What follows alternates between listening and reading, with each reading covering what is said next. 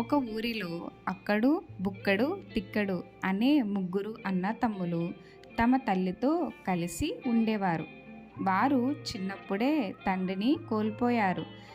కుటుంబం మొత్తం భిక్షాటన చేస్తూ వాళ్ళ జీవనం సాగించేవారు. ఇంటింటికి వెళ్ళి వాళ్ళు ఇచ్చినది తిని బ్రతుకుతూ ఉండేవారు. ఇలా ప్రతిరోజు వాళ్ళు తమకి ఉన్న దానిలో సంతోషంగా జీవనం సాగించేవారు. ఒకరోజు అక్కడు బుక్కడు తిక్కడు తమ తల్లి అనారోగ్యంతో మంచం మీద ఉండిపోయింది. అక్కడు తల్లిని పిలవగా ఆమె చాలా నీరసంగా పడుకొని ఉంది. అది చూసిన అక్కడు బుక్కడు తిక్కడు తమ తల్లికి ఆరోగ్యం బాగాలేదని తెలుసుకొని దగ్గరలో ఉన్న హాస్పిటల్కి తీసుకొని వెళ్ళి చూపించారు. అక్కడ డాక్టర్లు తమ తల్లికి అనారోగ్యంగా ఉండడానికి గల కారణం చెప్తారు. అది విని ముగ్గురు చాలా బాధతో ఏం చేయాలో తెలియని పరిస్థితిలో ఉంటారు. ఎలా అయినా తమ తల్లికి బాగు చేద్దాం అని అనుకుంటారు. ఇది ఇలా ఉండగా నిజానికి అక్కడు చాలా అమాయకుడు, మందబుద్ధి కలవాడు. బుక్కడు కాస్త తెలివితేటలు ఉన్నవాడు. తిక్కడు అందరికంటే తెలివితేటలు మరియు మాటల చాతుర్యం కలిగినవాడు. అయితే తిక్కడు అంటాడు వాళ్ళ అన్నయ్యలతో, అన్నయ్య, మనం ఇలా అడుక్కుని బ్రతకడం వల్ల అమ్మను ఎలా కాపాడగలం? మనం ఇంకేదైనా పని చేసి డబ్బులు సంపాదించి అమ్మకు ఆరోగ్యం బాగు చేద్దాం. తన తమ్ముడు చెప్పినది కూడా నిజమే అనిపించింది. సరే, అలానే చేద్దాం. కానీ నువ్వు తమ్ముడు ఇక్కడే ఉండి అమ్మను చూసుకోండి. నేను బయటకి వేరే ఊరు వెళ్ళి ఏదో ఒక పని చేసి సంపాదించి మీకు ప్రతీ నెల డబ్బులు పంపుతాను అని అంటాడు అక్కడు. దానికి మిగతా ఇద్దరు సరే అని అంటారు. చెప్పిన విధంగా అక్కడు పని కోసం వేరే ఊరు బయలుదేరతాడు. అక్కడు తన ఊరు దాటి చాలా సమయం గడిచిపోతుంది.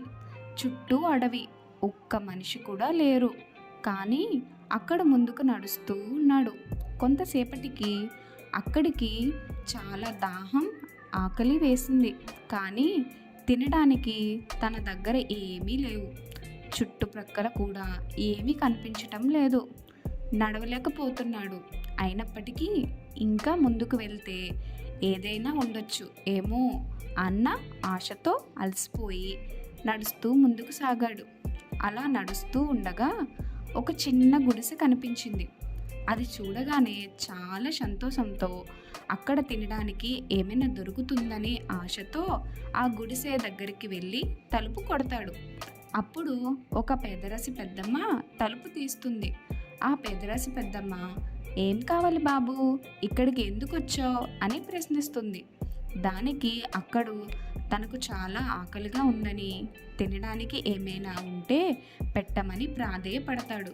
అది విన్న పేదరాశి పెద్దమ్మ, సరే నాయనా, బాగా ఆకలితో ఉన్నట్టున్నావు, నేను వంట చేసి నీకు పెడతాను, నువ్వు ఇక్కడ కూర్చో అని చెప్పి లోపలికి వెళ్తుంది. వంట మొదలు పెడుతుంది పేదరాశి పెద్దమ్మ. తిక్కడు తన తల్లి కోసం ఆలోచిస్తూ బయట కూర్చుంటాడు. కొంతసేపటికి అక్కడు తలపై ఎవరో ఒక కర్రతో గట్టిగా కొడతారు. దానికి అక్కడు మూర్ఛపడి పడిపోతాడు. కొంతసేపటికి కళ్ళు తెరిచి చూస్తే ఒక దగ్గర పడుకొని ఉంటాడు. చుట్టూ చాలా మంది జనాలు ఉంటారు. ఒక్కసారిగా ఉలిక్కిపడి లేచి, ఎవరు మీరంతా, ఇక్కడ ఎందుకున్నారు అని అడుగుతాడు. అలానే తను ఇక్కడికి ఎలా వచ్చాడో అని ఆలోచిస్తాడు.